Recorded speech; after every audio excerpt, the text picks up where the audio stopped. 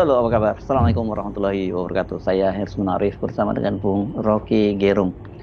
Bung Rocky kendati baru diberlakukan tanggal 9 April atau ini kalau April sekarang Sabtu berarti hari apa ya? Hari Rabu ya, Rabu pekan depan waktu Washington. Namun dampak keputusan menaikkan tarif dari Trump itu langsung membuat dunia gonjang-ganjing. Bukan hanya negara yang dikenakan tarif, tapi juga seluruh dunia bahkan itu Amerika sendiri juga terkena dampaknya ini karena saham di bursa di Amerika itu langsung nyungsep juga karena serangan balasan dari tarif dari Cina. Dan Indonesia sebagai salah satu negara yang masuk daftar tarif Trump ini langsung merasakan dampaknya. Turbulensi ekonomi ini dipastikan akan mempengaruhi konstelasi politik dan bahkan koalisi pemerintahan Prabowo. Tentu dan pasti guncangan ekonomi dunia ini karena perang tarif akan juga menjadi faktor utama guncangan politik di Indonesia, terutama yang dinamika politiknya begitu variabelnya terlalu banyak, sehingga untuk bahkan membayangkan satu stabilitas politik dalam 2 minggu ini, sementara negosiasi atau mungkin Pak Prabowo sebagai presiden sudah membentuk tim negosiasi dengan pemerintahan Amerika, tetapi akan terlihat bahwa kerak-kerak politik yang selama ini mengendap akan terangkat ke atas akibat gempa bumi ekonomi yang melanda dunia. Jadi kita mulai melihat misalnya bagaimana membayangkan kestabilan politik negara ini ketika upaya untuk mendesain satu kebijakan ekonomi, kebijakan sosial, kebijakan pertahanan bahkan akan diganggu oleh eksternal faktor. Tentu juga harus kita mulai membayangkan bagaimana intrik di dalam kekuasaan mulai berlangsung. Karena melihat ada potensi keretakan. Mereka yang free rider yang berupaya untuk mengambil keuntungan dari air keruh politik itu sudah siap-siap tuh. Dan itu pasti pertama-tama ada dalam lingkaran kekuasaan. Kita mesti membaca itu dengan kemampuan intelijen dan intelektual. Jadi sekali lagi Indonesia ada di dalam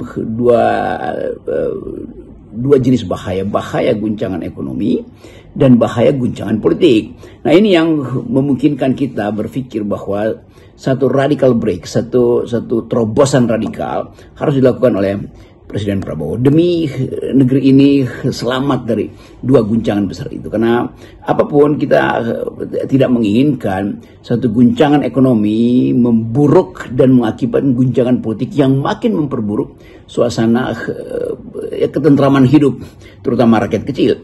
Kan tidak mungkin kita terus membayangkan bagian buruk dari politik itu akibat bagian buruk dari ekonomi dunia.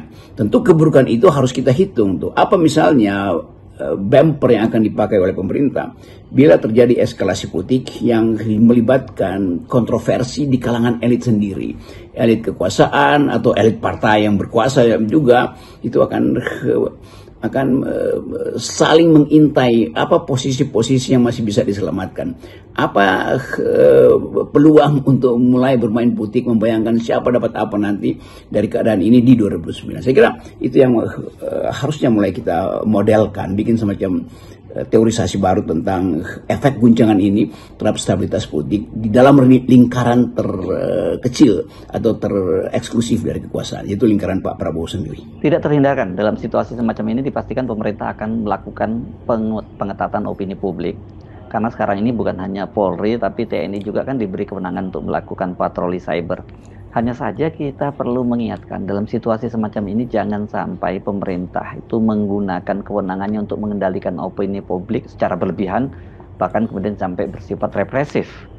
Ya, Hersu, dalam keadaan turbulensi politik ini tentu akan ada semacam hak, sebut aja, hak istimewa dari para petinggi keamanan untuk melakukan pemantauan situasi.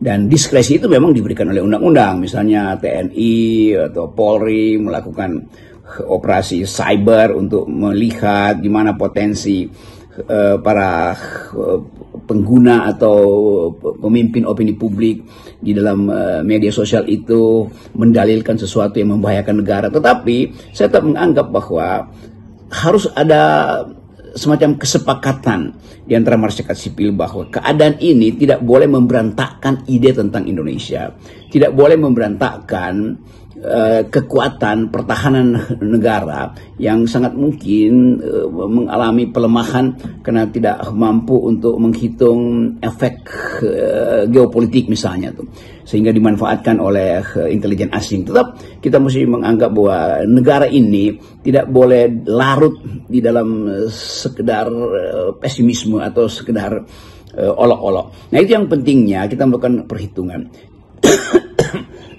Sorry.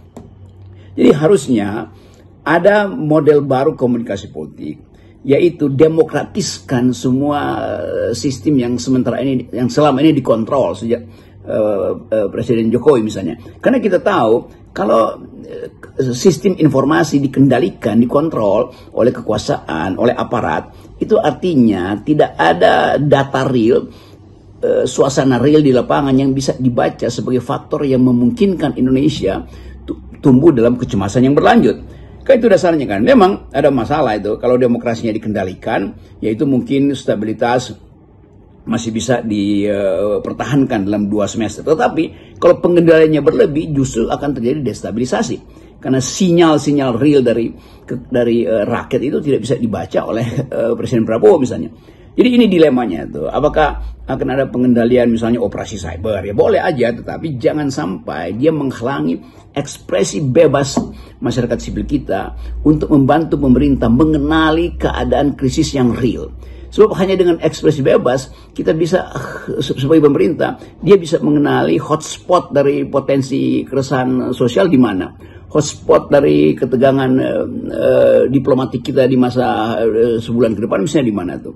Hotspot yang memungkinkan ada pemantauan yang berlebih dari dunia atau jurnalis internasional di mana. Nah itu paling nggak kita kenali hotspotnya, bukan membuat itu dipadamkan, karena begitu dipadamkan sinyalnya hilang, dan begitu dia hilang maka sosial media tidak punya lagi data otentik untuk diberitahu pada kekuasaan bahwa ada masalah di dalam bangsa ini. Jadi sekali lagi saya ingin supaya tidak ada pengendalian yang berlebihan, karena tetap kita mesti jaga supaya suara demokrasi itu tetap terdengar, sehingga Presiden Prabowo punya data real tentang keadaan masyarakat negeri ini sendiri. Nah, seperti biasa ketika terjadi turbulensi pasti ada yang mencoba memanfaatkannya atau sering disebut sebagai memancing di air keruh. Nah, Presiden jangan sampai terjebak dalam situasi semacam ini, apalagi terpancing oleh mereka yang seakan membantu mendukung Pak Prabowo, tapi sesungguhnya sedang menjerumuskan Pak Prabowo, memprovokasi Pak Prabowo untuk melakukan langkah-langkah represif, dan itu jelas akan memancing perhatian dunia, terutama dari para aktivis demokrasi dan aktivis hak asasi manusia. Kalau Pak Prabowo masuk wilayah itu stigma yang selama ini dilekatkan pada Pak Prabowo tinggal dihidupkan kembali itu ya. Dan itu biasanya hal-hal semacam itu akan berasal dari lingkungan di Pak Prabowo sendiri, bahkan lingkungan yang terdekat dari Pak Prabowo di dalam pemerintahan. Tentu para pemancing di air keruh akan mungkin mengumpankan umpan-umpan palsu untuk mengetahui keadaan di dasar danau politik kita tuh. Dan yang timbul hari-hari ini adalah kasakusuk isu tentang si ini akan digantikan si ini, si itu lebih pantas dari si ini. Kan itu menimbulkan juga semacam kepanikan psikologis, karena orang berhitung apakah dia mampu, bukankah dia orangnya ini, bukankah dia sebetulnya dari awal ambisinya hanya untuk kepentingan kelompoknya. Bukankah Presiden Prabowo tidak terlalu mengenali karena terlalu banyak orang yang datang untuk menerobos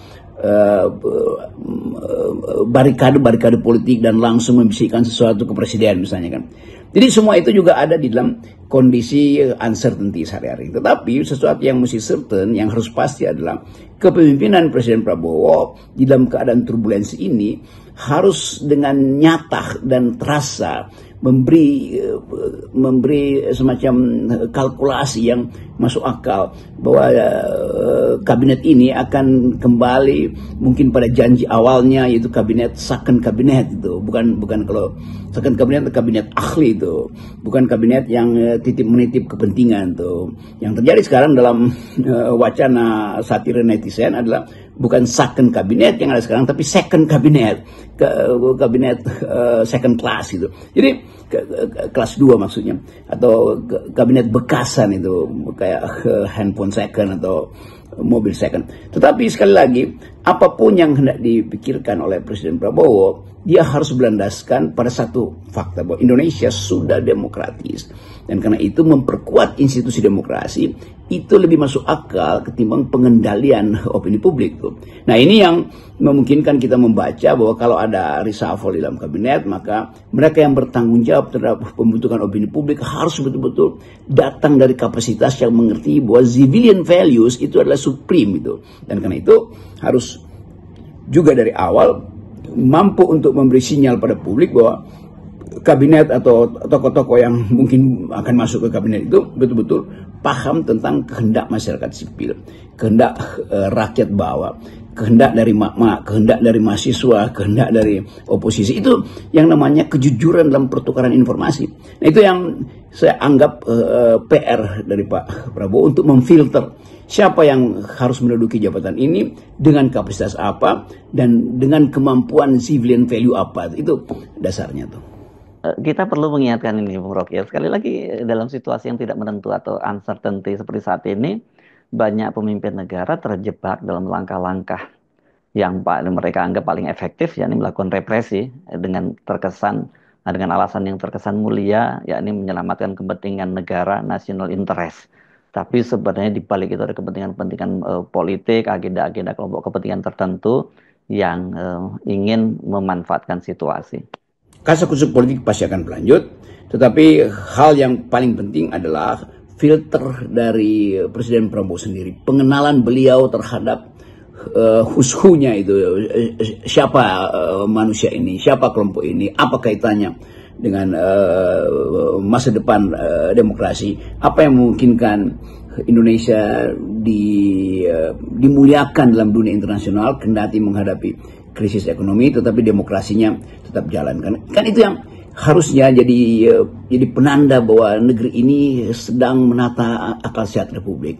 Itu dasarnya. Kita tahu bahwa semua negara itu akan mengambil posisi proteksionis, semua negara akan mengambil posisi national interest. Itu udah standar di dalam analisa politik internasional, bahwa dalam keadaan uncertainty, ketidakpastian, maka cara terbaik adalah protect gitu. Cara terbaik ada lakukan hal yang sifatnya kepentingan nasional. Pasti itu, tetapi demokrasi ada kepentingan global tuh. Jadi negeri ini, Indonesia, yang setelah lebih dari 1/4 abad mengalami turbulensi demokrasi, dia harus bertahan dari badai, dari godaan otoritarianisme, dari godaan mereka yang sekedar ingin bermain politik dengan memantik-mantik api tapi tidak tahu cara memadamkan. Nah, upaya ini yang boleh kita katakan peluang Presiden Prabowo untuk menilai kembali tokoh-tokoh atau kelompok di sekitar dia, di sekitar kepemimpinan Presiden ini, yang tidak punya kapasitas tapi berupaya untuk memamerkan ambisinya. Dan itu saya kira yang berbahaya, dan sinyal-sinyal itu hari ini mulai ditapis oleh balancing issues yang dibuat oleh masyarakat sipil. Jadi tetap percaya pada masyarakat sipil, kendati masyarakat sipil juga lagi pusing karena konsolidasi masyarakat sipil itu tertunda karena badai perang tarif, sehingga semua isu internasional itu atau isu demokrasi, isu civilian value itu pindah menjadi isu arogansi Donald Trump yang dibungkus dengan ide Liberation Day, itu hari pembebasan, seolah Amerika itu akan mengalami semacam pencerahan baru supaya dia bisa memberi nilai baru pada dunia. Tapi sekali lagi itu siklus dalam politik dunia tuh. Dan kita tahu bahwa kalau badai itu pada akhirnya harus kita hadapi, maka dia harus dihadapi dengan akal sehat, harus dihadapi dengan nilai-nilai kesipilan, bukan dihadapi secara reaksi-reaksi yang sifatnya otoritarian. Jadi sekali lagi kita berupaya untuk memahami keadaan dunia, memahami impactnya pada politik, impactnya, kita pahami keadaan dunia dan impactnya pada politik dan ekonomi Indonesia di dalam waktu yang sangat singkat ini, sambil berupaya untuk mengenali lebih sempurna apakah ini epoch sejarah, apakah ini putaran sejarah yang memungkinkan kita paham bahwa ide-ide ekonomi memang mesti berubah, ide-ide akumulasi kapital, akumulasi kekuasaan, rejim-rejim otoriter yang menumpang di dalam keadaan krisis ekonomi itu harus kita pahami secara baik, karena itu yang akan menentukan langkah kita menuju penyelamatan ekonomi dan kelangsungan politik demokrasi. Salam akal sehat. Sekali lagi, ini analisis dengan argumentasi. Salam akal sehat.